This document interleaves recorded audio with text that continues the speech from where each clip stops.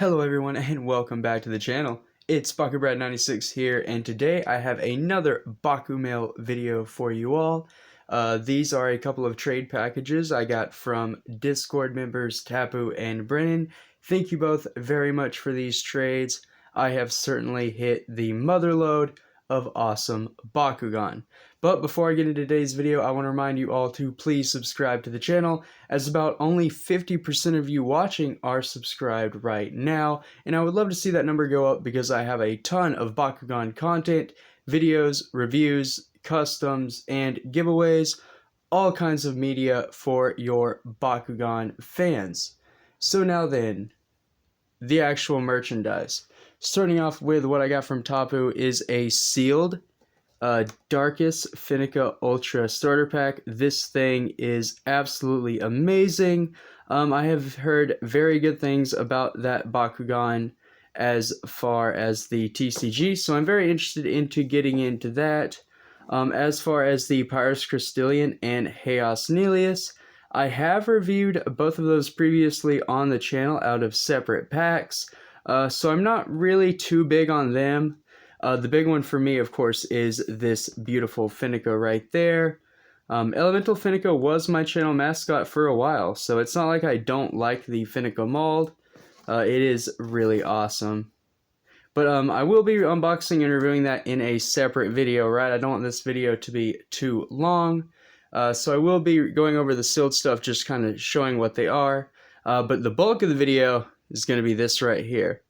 So just wanted to show this off though. Finally, something new and not even in my state. Once again, had to outsource it. Thank you. But this is the Diamond Butterclaw pack. So very nice, very excited about it. There we have Diamond Butterclaw right there. And then of course with Gen 3, you know, the stats are on the back, so you already know what you're getting. But I don't even care if Butterclaw is that strong. It is just one of the Butterclaw, and that is all 4 of the red variations. I might stop there. I don't know yet. I've been thinking about it, if I want all of the Butterclaw or if I don't.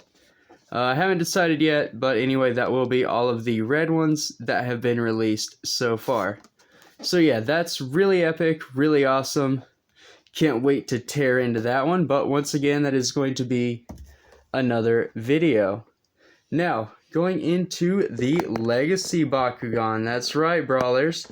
Got some Legacy gems here, and one is just so surprising, right? Like, I didn't even believe it, so I'll save that one for last. I'll let you all guess which one that is. But I do want to start out with these reference cards. So I do have the one for Legionoid right here, and Scorpion. Starting off with the Legionoid ability. Let's see if I can't get a better zoom in. There we go. Play during a battle where you have a Legionoid Bakugan trap.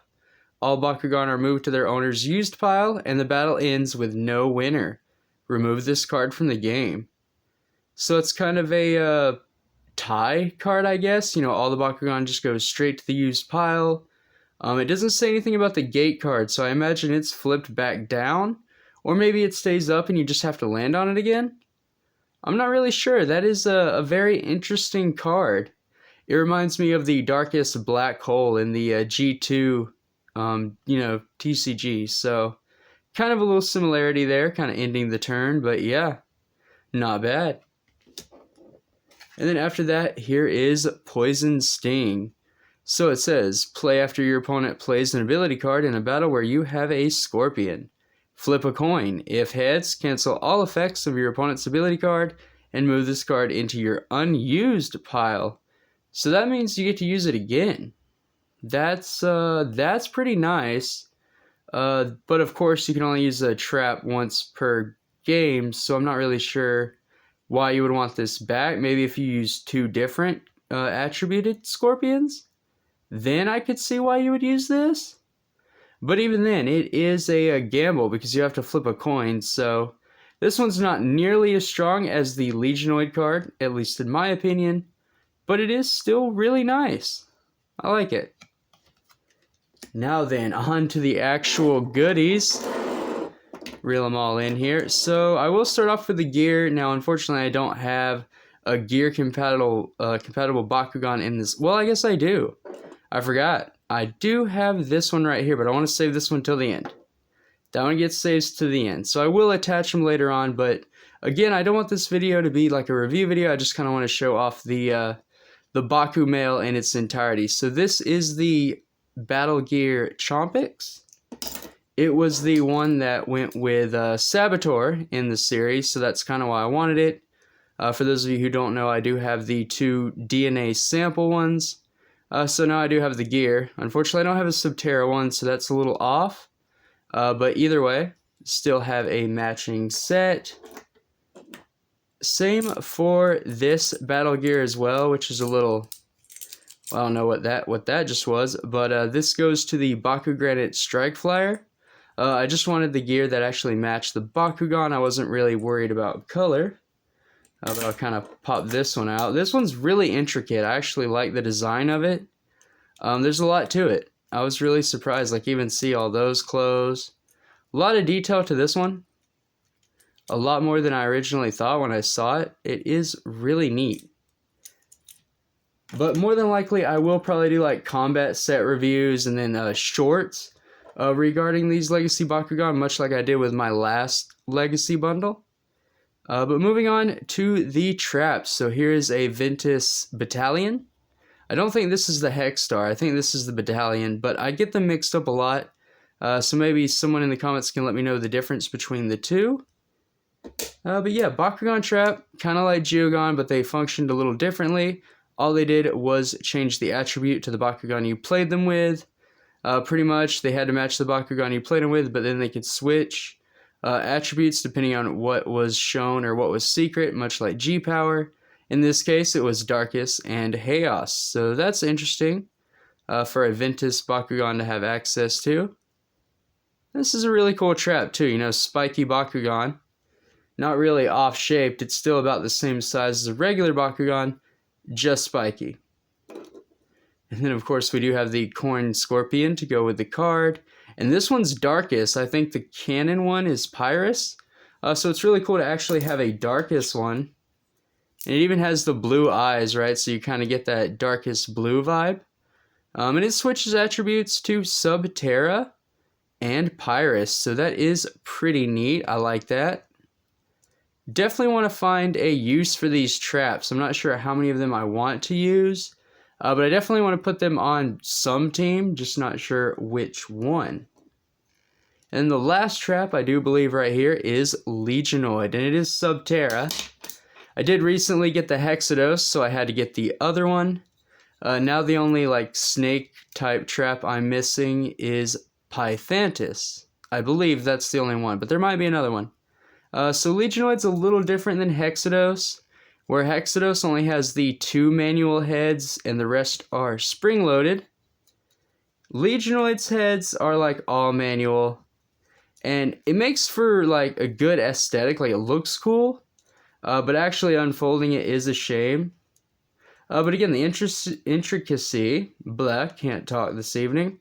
All the mouths open too. So I mean, it does look cool, right? Pretty interesting for a Bakugan design. Once again, we have another Hydra type Bakugan. And Legionoid, much like Hexados, gives you a lot of options. So you play with a Subterra Bakugan, but it can switch your attribute to Aquas, Darkus, or Pyrus. So you do have 3 choices. I think Hexados gave you 4. I could be wrong, but I'm almost certain it gave you 4. And then Legionoid gives you 3. Still a good bit. You know, a lot of other traps only give you 2, for instance, those 2. So to have more options than that, the better, at least in my opinion. And the blue too. The blue looks cool. It looks like they all have like jewels. Really cool Bakugan. Really neat concept, another Hydra. I always wondered why Legionoid didn't go with like Hydronoid for real, right? It doesn't make really any sense that you don't put the Hydra trap with the Hydra Bakugan.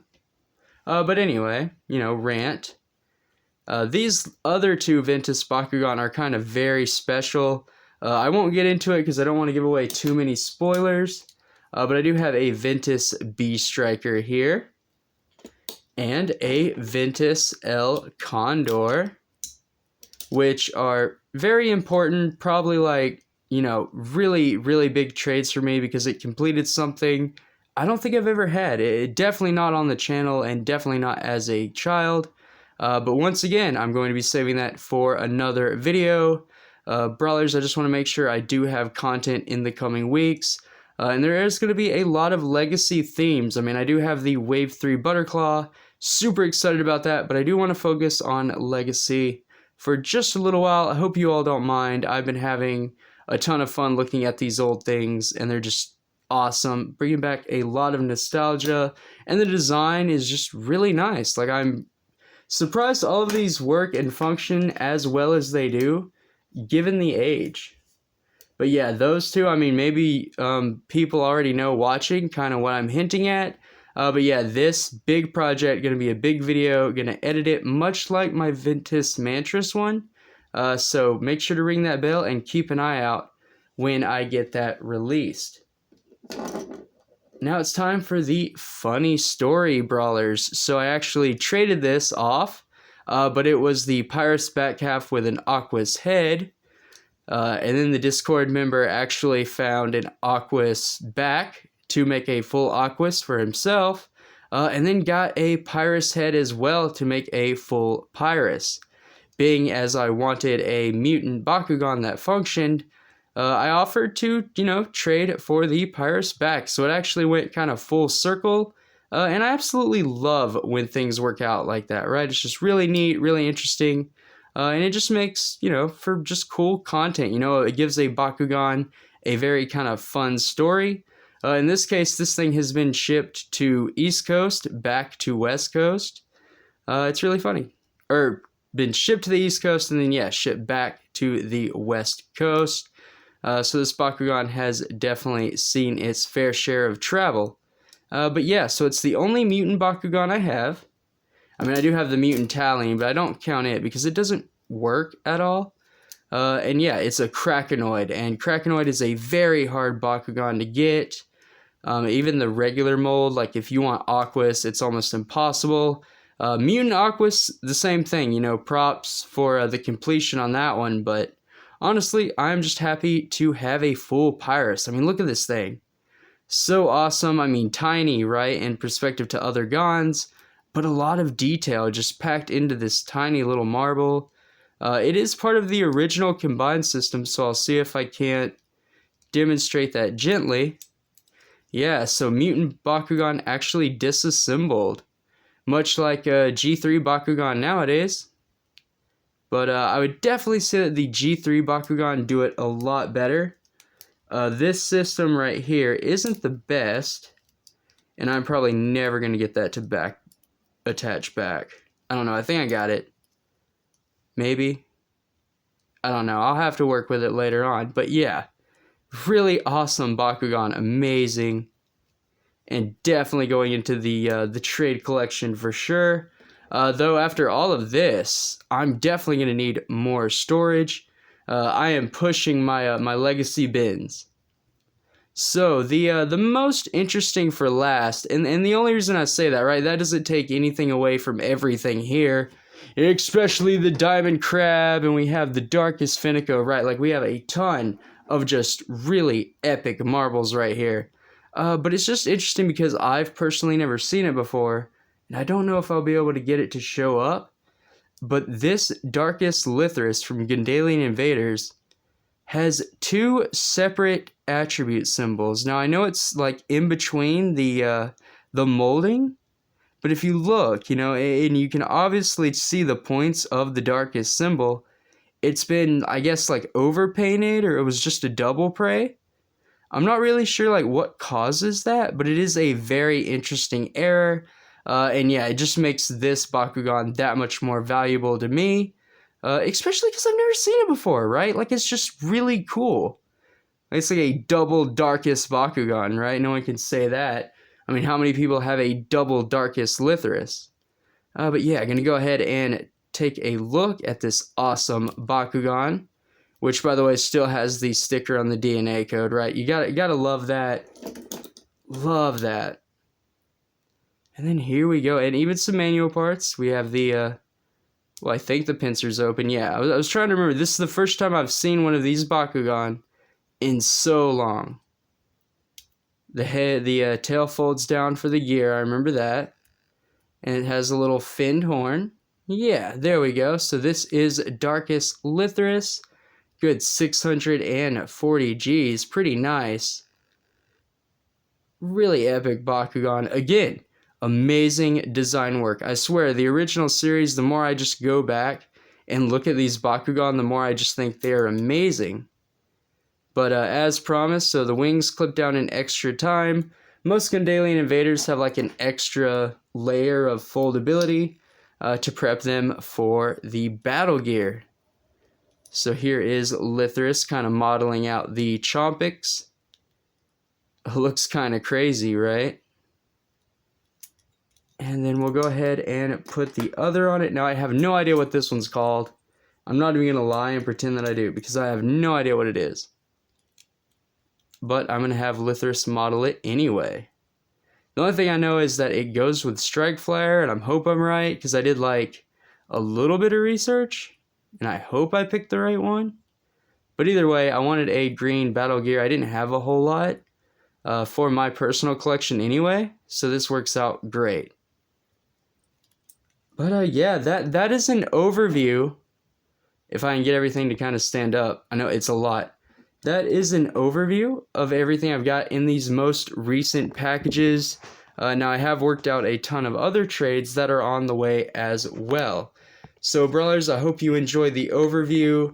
I will be doing, separate reviews for most of these. Unboxing videos for these two. Probably coming up within the week and of course next week. So stay tuned. But for now, thank you all for watching. I hope you enjoyed this little overview. These are some amazing Bakugan, and I'm really excited and really happy to have the opportunity to trade with the Baku crew. So thank you all. I wish you all the best. Thank you for watching. Thank you for supporting me and subscribing. I really wouldn't have this opportunity without all of you. Until next time, stay safe, drum up, and Bakugan Brawl.